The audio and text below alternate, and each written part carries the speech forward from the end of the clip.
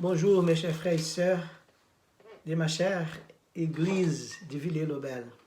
Gloire à Dieu que nous pouvons continuer ensemble, nous pouvons continuer à réfléchir sur la parole de Dieu, à l'adorer ensemble. Malgré les circonstances qui continuent, mais nous pouvons continuer aussi à donner le culte que notre Dieu mérite. Alors, aujourd'hui est le dimanche de la résurrection, le dimanche de la Pâque.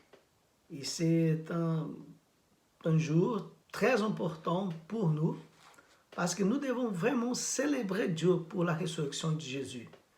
La mort de Jésus à la croix et sa résurrection sont les événements les plus importants de l'histoire humaine.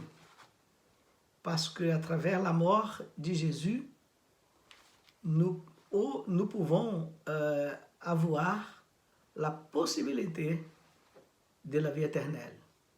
À travers sa mort, il nous a donné le pardon. Et à travers sa résurrection, il nous possibilite d'avoir la vie éternelle. Alors que Dieu puisse vraiment être glorifié.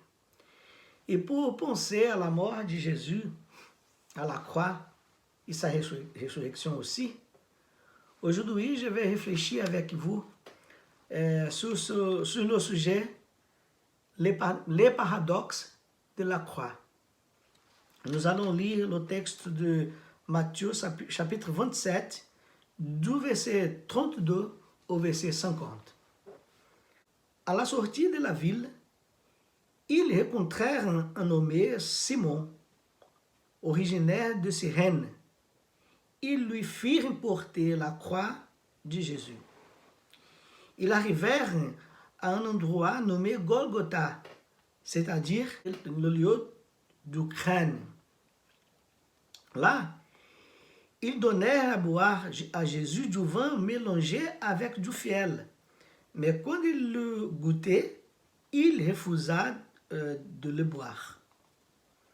Après l'avoir cloué sur la croix, les soldats se partagèrent ses vêtements en le tirant au sort.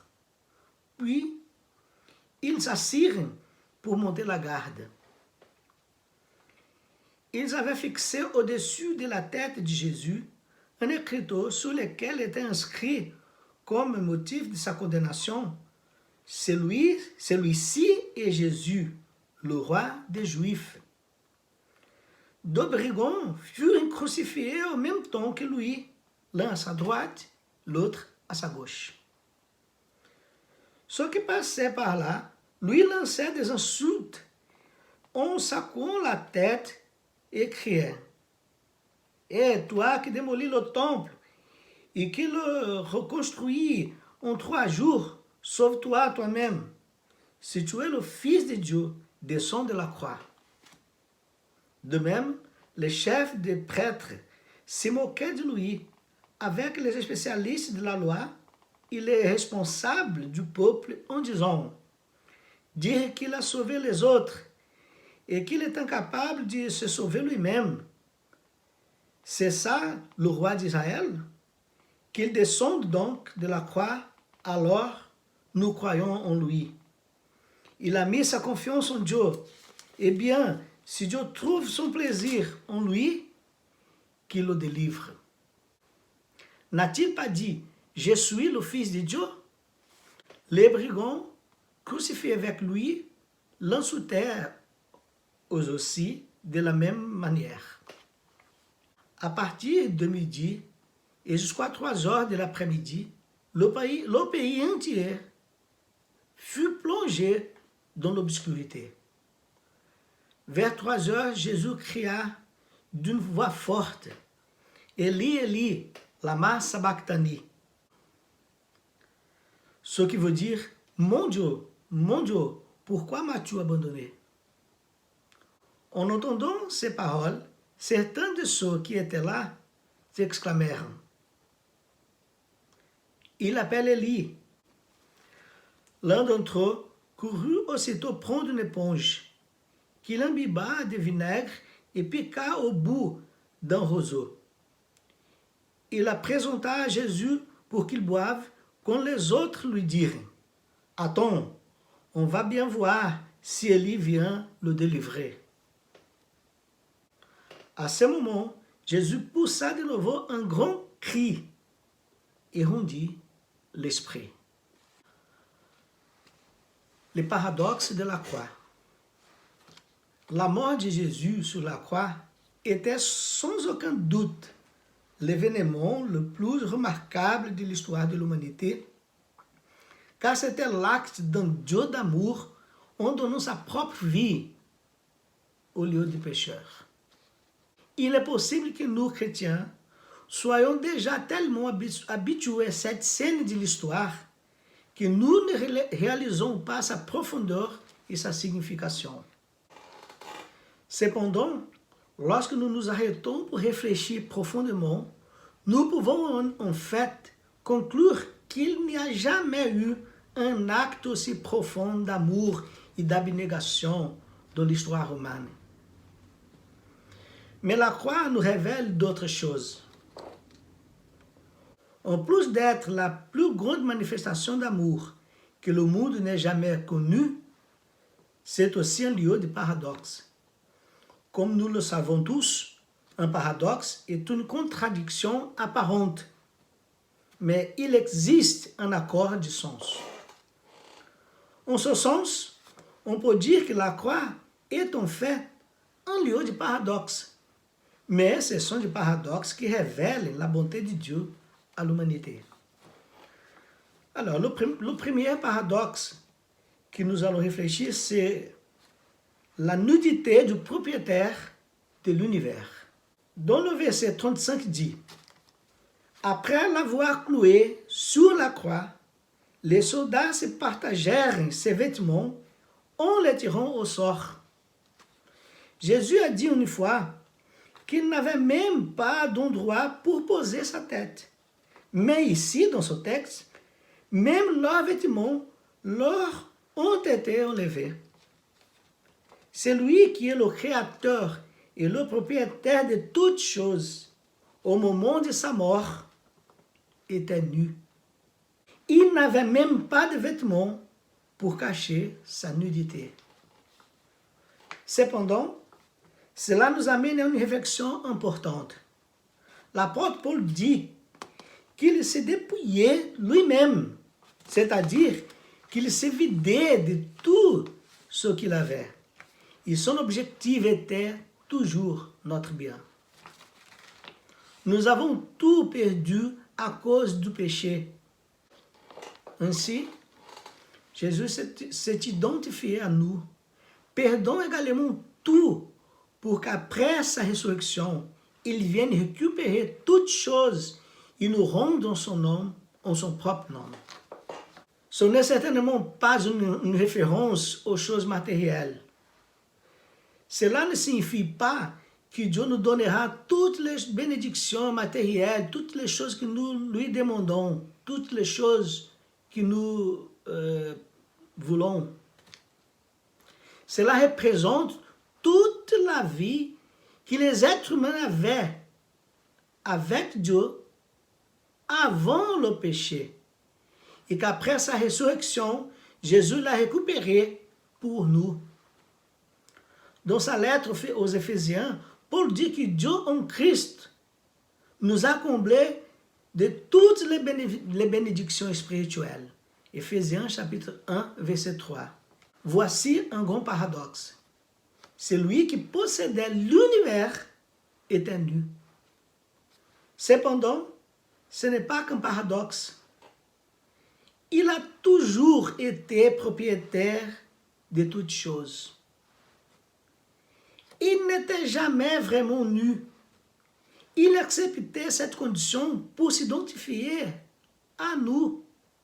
Et après cette période, il pourrait venir couvrir notre nudité. Qui était vraiment nu? C'était nous.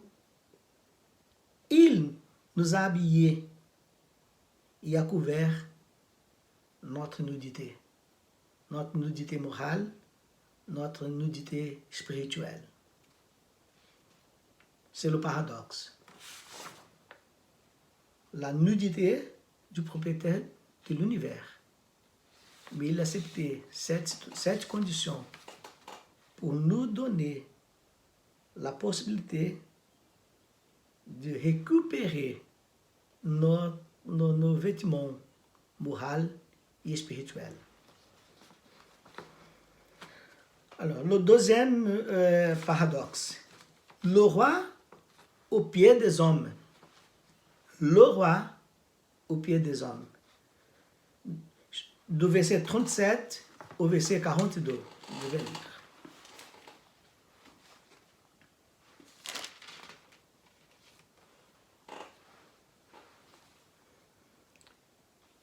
Ils avaient fixé au-dessus de la tête de Jésus un écriteau sur lequel était inscrit comme motif de sa condamnation: celui-ci est Jésus, le roi des Juifs. Deux brigands furent crucifiés en même temps que lui, l'un à sa droite et l'autre à sa gauche. Ceux qui passaient par là lui lançaient des insultes en secouant la tête et criaient: Et toi qui démolis le temple et qui le reconstruis en 3 jours, sauve-toi toi-même. Si tu es le Fils de Dieu, descends de la croix. De même, les chefs des prêtres se moquaient de lui. Avec les spécialistes de la loi, il est responsable du peuple en disant: dire qu'il a sauvé les autres et qu'il est incapable de se sauver lui-même. C'est ça le roi d'Israël? Qu'il descende donc de la croix, alors nous croyons en lui. L'inscription qu'ils ont placée au-dessus de la tête de Jésus n'était qu'un moyen de se moquer de lui. Jésus a dit qu'il était le Messie. Et pour les Juifs, le Messie serait un roi qui dirigerait son peuple vers la libération du joug romain. C'est pourquoi les soldats ont écrit la phrase « Celui-ci est Jésus, le roi des Juifs ». Mais la vérité est que Jésus, qui était crucifié, était en fait le roi. Non seulement le roi des Juifs, mais le roi de l'univers entier. Mais c'est exactement là où se trouve le paradoxe. Un roi n'est jamais humilié au pied du peuple, mais au contraire, c'est le peuple qui est au pied du roi. Mais pourquoi le roi de l'univers a-t-il accepté d'être humilié et de mourir pour l'humanité? Pourquoi s'est-il soumis à ce paradoxe? La réponse est qu'il s'est également identifié à nous dans notre humiliation parce que le péché nous humilie. Le péché a amené l'homme au plus bas niveau de sa dignité. Et Jésus est allé là-bas pour s'identifier à nous. Mais après sa résurrection, le roi humilié s'est levé en tant que le roi des rois et seigneur des seigneurs. Comme le livre d'Apocalypse nous le dit. Apocalypse 19, verset 16. Sur son manteau et sur sa cuisse est inscrit un titre: Roi des rois et Seigneur des seigneurs. Au moment de sa mort, Jésus avait une inscription au-dessus de sa tête, comme une forme de moquerie, disant qu'il était le roi des Juifs.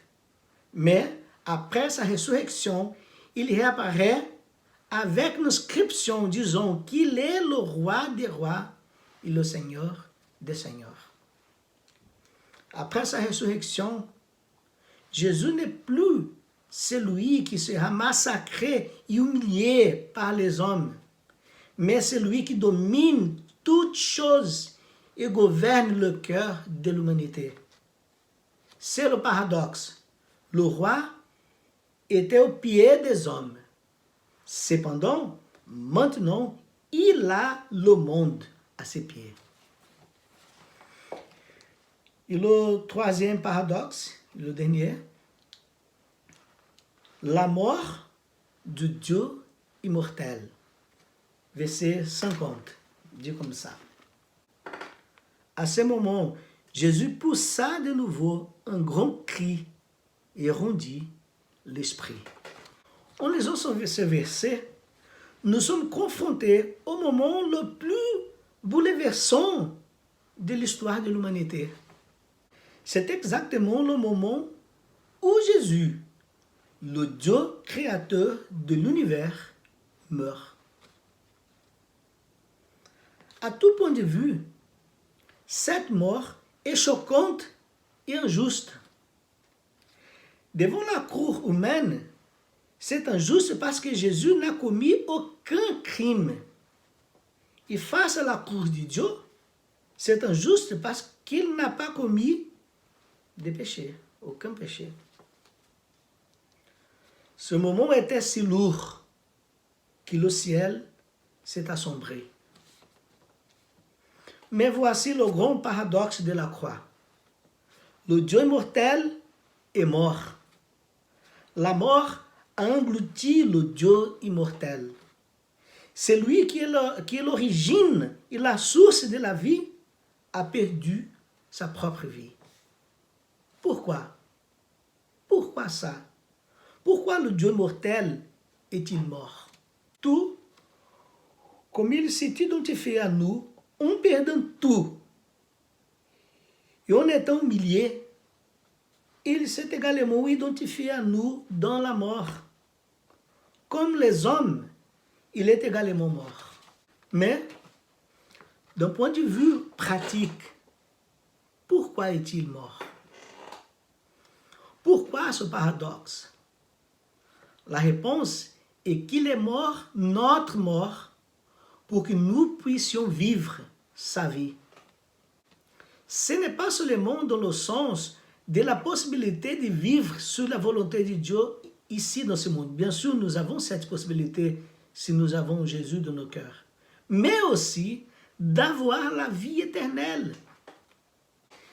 C'est ce que Jésus lui-même nous dit dans le livre d'Apocalypse. Il a dit, « Je suis l'alpha et l'oméga, le premier et le dernier, le commencement et la fin. Heureux ceux qui lavent leurs vêtements. Ils auront le droit de manger du fruit de l'arbre de vie et de franchir les portes de la ville, les portes du ciel. » Donc, ce que nous pouvons dire, c'est que le paradoxe de la mort de Jésus sur la croix nous fait vivre un autre paradoxe. Le Dieu immortel est mort pour que les humains mortels aient la vie éternelle. Il est mort notre mort pour que nous puissions vivre sa vie. La conclusion. Aujourd'hui, nous sommes invités à tourner les yeux vers la croix.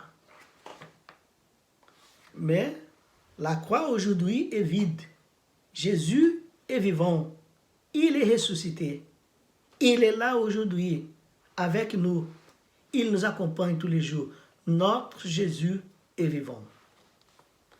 Mais nous ne pouvons pas la regarder la croix, de la même manière que nous la voyons toujours. Nous sommes invités à regarder ce que Jésus y a fait et ce à quoi il s'est soumis afin de nous donner la vie éternelle. La croix est un lieu de paradoxe. Le propriétaire de l'univers est mort nu. Le roi de l'univers était humilié aux pieds des hommes et le Dieu immortel est mort. En conséquence, pour nous qui croyons en lui, il a donné toutes les bénédictions spirituelles. Il gouverne nos vies et il nous donne la vie éternelle. Il a tout perdu pour nous donner toutes choses. Il a accepté être humilié pour qu'après il puisse gouverner nos vies et nous faire monter au lieu célestial. Et il est mort pour que nous puissions vivre la vie éternelle. Inclinons-nous devant lui dans l'adoration. Que Dieu puisse nous bénir et que le message de la croix puisse guider toujours nos vies. Que Dieu puisse nous bénir tous. Merci, mes chers frères et sœurs.